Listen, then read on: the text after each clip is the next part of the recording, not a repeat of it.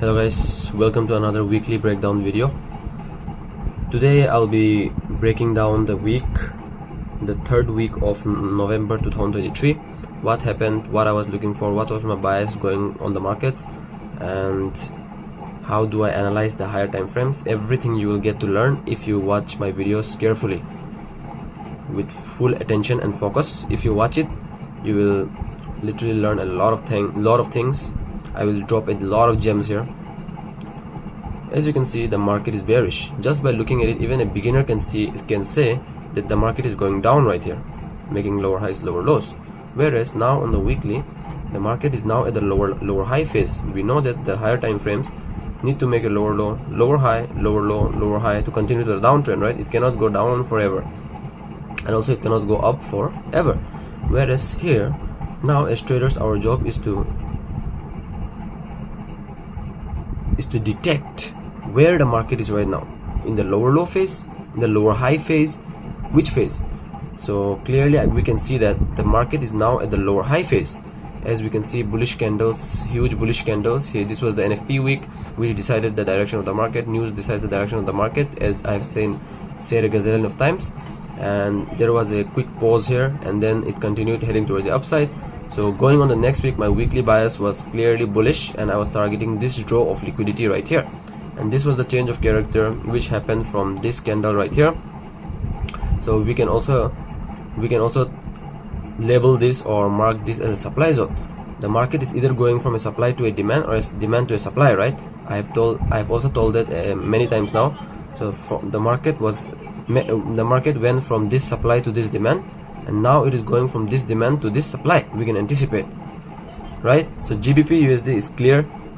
My bias for the week is clearly bullish, and now I go to DXY to confirm my bias, which should be bearish in case of this scenario.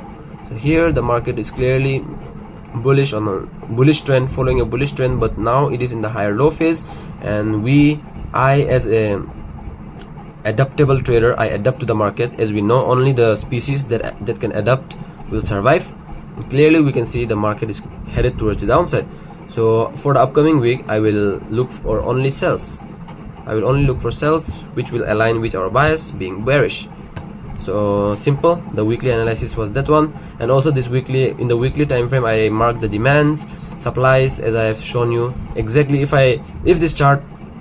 If you take all of my markings away from this chart, I can mark this again, bro, because I have done this myself, right?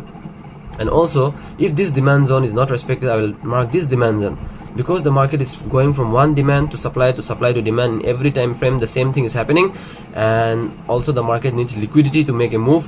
So yeah, we need to learn how to read liquidity in the markets. Now going to the daily time frame, which is the most important time frame in our trading, because we are intraday traders. Clearly we can see the daily has been following a downtrend lately, and then it went to a consolidation, changing character here to the upside, which I have unmarked because of it is very far away now. I only marked the things which happened recently. So I can guarantee you, I have marked this break of structure here, which I have marked here because of how the market played out. This was the break of structure here. This was the NFP week. Tuesday was CPI literally went to the upside. So now last week was a very tricky week. Last week I didn't took any trade. Last week was a no trade week, clearly, but it was for this week it gave us our bias. Monday, Tuesday went up, Wednesday came down, Thursday was a doji, Friday closed as a bullish pin bar, or you can say a bullish candle, and it's also forming a morning star formation right here, right? So looking at this information, what we can do is our weekly bias is bullish, right? Our weekly bias is clearly here bullish, which is now aligning with the daily bias. Daily bias is now making higher highs, higher lows. Daily bias is now bullish, as how this daily candle closed on Friday, and also this is the morning star formation. So on Monday, what I will go to the markets with the mindset of looking for buys, targeting this draw of liquidity and the previous weekly high right there. Now if I show you the news on Monday, there was no news on Monday.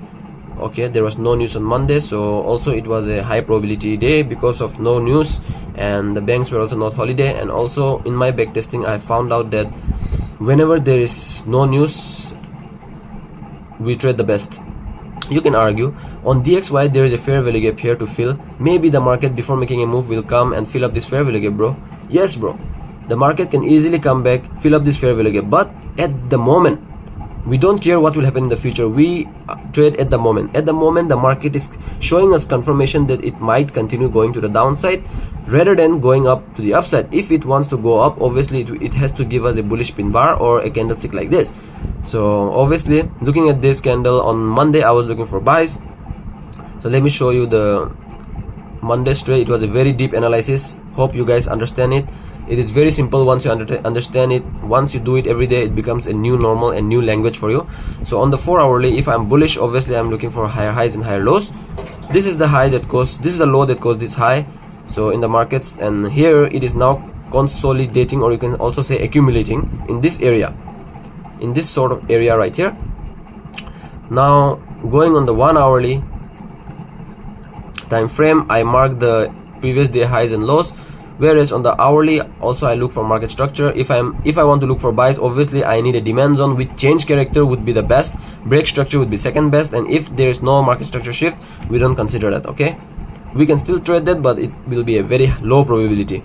Here we can see the market was trending down. Here it changed character to the upside somewhere around on Thursday, I believe, on Thursday, yeah.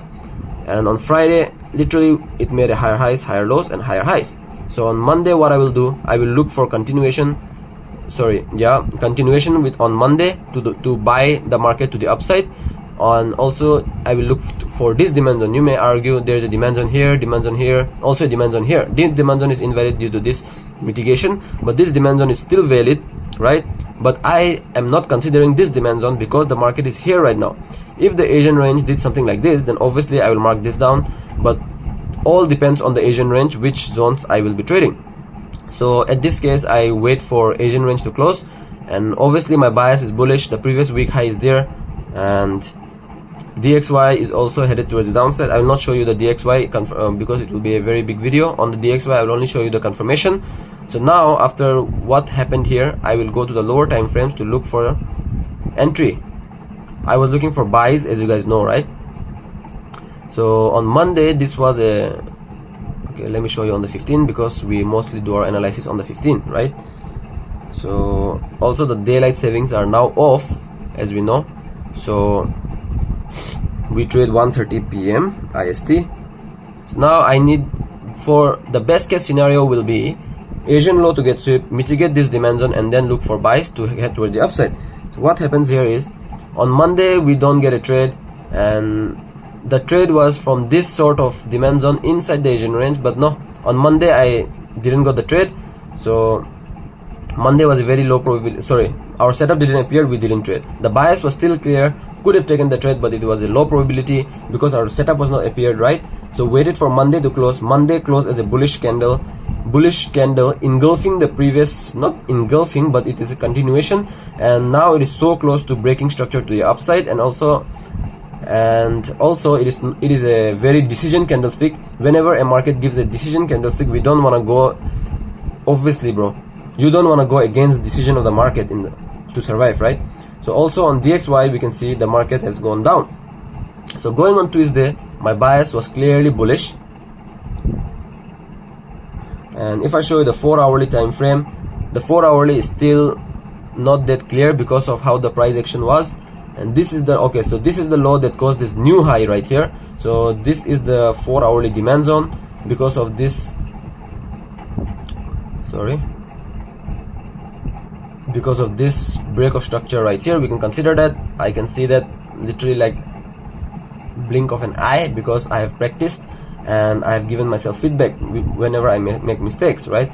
Going on Tuesday, I'm looking for buys from, let me show you which, this demand zone right here. I'm looking for buys from this demand zone on Tuesday. So what the Asian range did was, the Asian range decides our zones. If the Asian range did something like this, obviously this was relevant. Now this is irrelevant because of how the Asian range closed. And also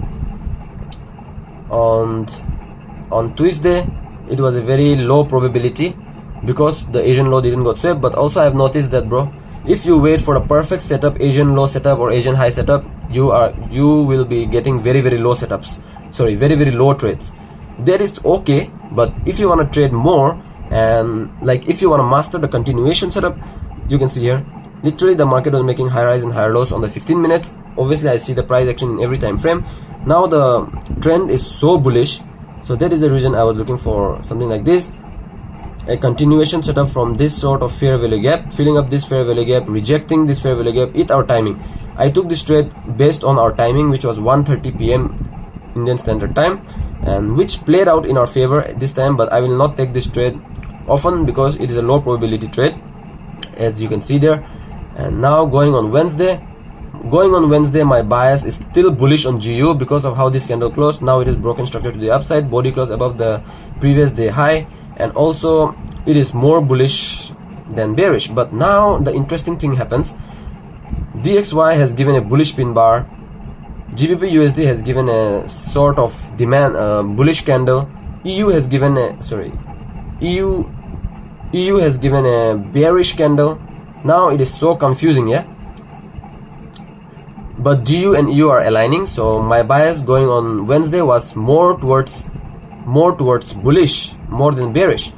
But I have taken a trade on Wednesday. Let me show you why. This trade was purely based, okay, always compare your GU bias with DXY because sometimes they are doing the same thing. This is the case where both GU and EU are doing the same things. And also we can see here the 4 hourly has now broken structure to the upside, or yeah, broken structure to the upside, making a higher high.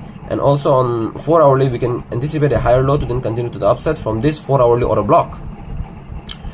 At this point, what I do on Wednesday, I am looking for buys if I'm looking for something, and I will be looking for buys from this sort of demand. Yeah, you may be arguing it is not a high probability day to trade, but I was just looking for, obviously I'm back testing, so I am getting enough knowledge on everything, what works and what not works, what doesn't work. Whereas on Wednesday there was USD news, unemployment claims revised, okay, so not that high sort of a news. And on London there was no news. So going on Wednesday, if I was looking for something, it would be buys. And also you can see this here, the market was literally trending up in the hourly time frame, making higher highs and higher lows, right? This is called accumulation. This probably happens due to the smart money are, before a reversal, this happens due to the smart money are gaining liquidity, because as we know the price needs liquidity to make huge moves. I consider this the smart money gaining liquidity or building orders to make a down move. So obviously I am very confused going on Wednesday. It's best not to trade, right? But what I liked about Wednesday was my target being the previous day high was not taken. Also this Asian liquidity got swept. Let me show you why I took this trade, okay? So going on the lower time frames like 30 and the 15, let me show you on the 15. What I was looking for was this demand, right? This demand zone, I was looking for to trade this demand zone. Asian low got swept, previous structural liquidity got swept, price has swept so much of liquidity, so much of previous structural liquidity here, so it can easily make a move at least to Asian high and then go to the downside. I was thinking that was my belief according to my experience in the market. I didn't enter here because this was not my timing. 12:30 mostly is the inducement, and I don't like to trade 12:30s on when there is daylight savings off. So I waited for this to get induced, H1 demand to got mitigated. I took this trade purely on basis of my setup appearing. My bias was bullish, more bullish rather than bearish. Clearly Asian low sweep, previous structural liquidity sweep inducement, H1 demand order block mitigation, and also it was aligning with DXY in the lower time frames. So what I did, I took the trade and it was a winner. It was a winning trade. Obviously at the end it went to the downside. We can't catch every move, right? We caught a buy here, the market went down, not a problem, literally not a problem. Now going on the daily time frame, we'll look for the bias for Thursday. Now what we can see here is Wednesday went down, fill up this fair value gap here. There was a daily fair value gap, filled up this fair value gap, but rather than body closing showing us that the sellers have clearly dominated. It is showing that the sellers tried to sell, but the buyers came in and filled up the fair value gap. After filling up the fair value gap, buyers took control again. So GU was still bullish for me, to be honest, but at that time when I was backtesting, I was a little bit confused. But after that, I have reflected to my mistake. Going on DXY, my bias was clearly more bullish, and also on GU was bullish, so not that clear, and on EU was bullish. So EU and GU being bullish, so my support was bullish. Whenever DXY and GU is not aligning, go to EU, and that will confirm, or at least give you some confirmation. Going on Thursday, there was French Flash Manufacturing. So Thursday was anyways a no trade day for us, because there was a lot of news. You can see Euro news 1, 2, 3 p.m. every time that we trade, there was news. So going on Thursday, I was not looking for anything, I remember. And on also this look at this 4 hourly order block. Also the 4 hourly order blocks work. This was the low that caused this high, broken structure to the upside, and also given this hourly demand zone, and also the 4 hourly demand zone was aligning with the daily fair value gap. So it is a higher probability gap, a higher probability zone, as we know from our trading plan. And this daily fair value gap got filled, and also it's rejecting, the 4 hour is rejecting. So now Thursday I didn't trade it, so I will not show you what I did, and I was also not looking for anything. That's why I have not marked any zones. So going on Thursday, I was not looking for anything. So sometimes not trading is very, very useful, bro. When you don't trade, sometimes you will get the bias for the next days.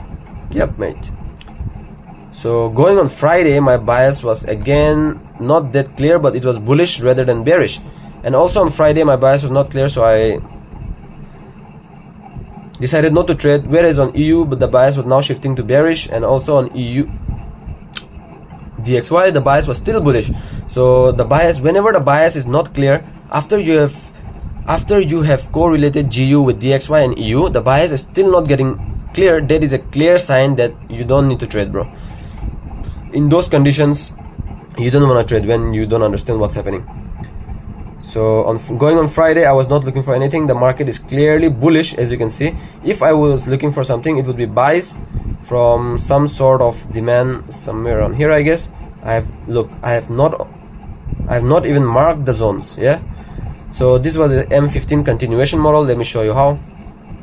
So going on Friday, my bias was not one of the clearest, not one of the cleanest, but what I could have done, obviously I have to reflect in my mistakes, or what could have done better. So the market made a higher highs, higher lows. Obviously we trade fair value gaps for continuation, right? There was 2 fair value gaps on the M15, being this one and this one. So last time when I was making a backtesting video, you guys have seen that the first was manipulated and the second made the move. So I was waiting for something like that to happen, but this time the first made the move. This shows that anything can happen in the market. Every moment in the market is unique. Last trade has nothing to do with whatever is going to be happen in the future. So you have to go with the mindset of new things happening, or always adapting to the conditions, right? So I was targeting a 1:3, and my previous day high target was so clear right here, and also it was aligning with DXY, but it was a very low probability day. My bias was not clear.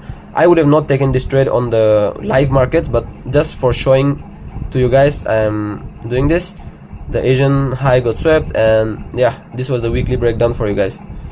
It was a tricky week, but also we caught one trade on Wednesday, so don't get confused in the markets. Also, how this weekly candle closed, now my weekly bias again for the next week will be bullish.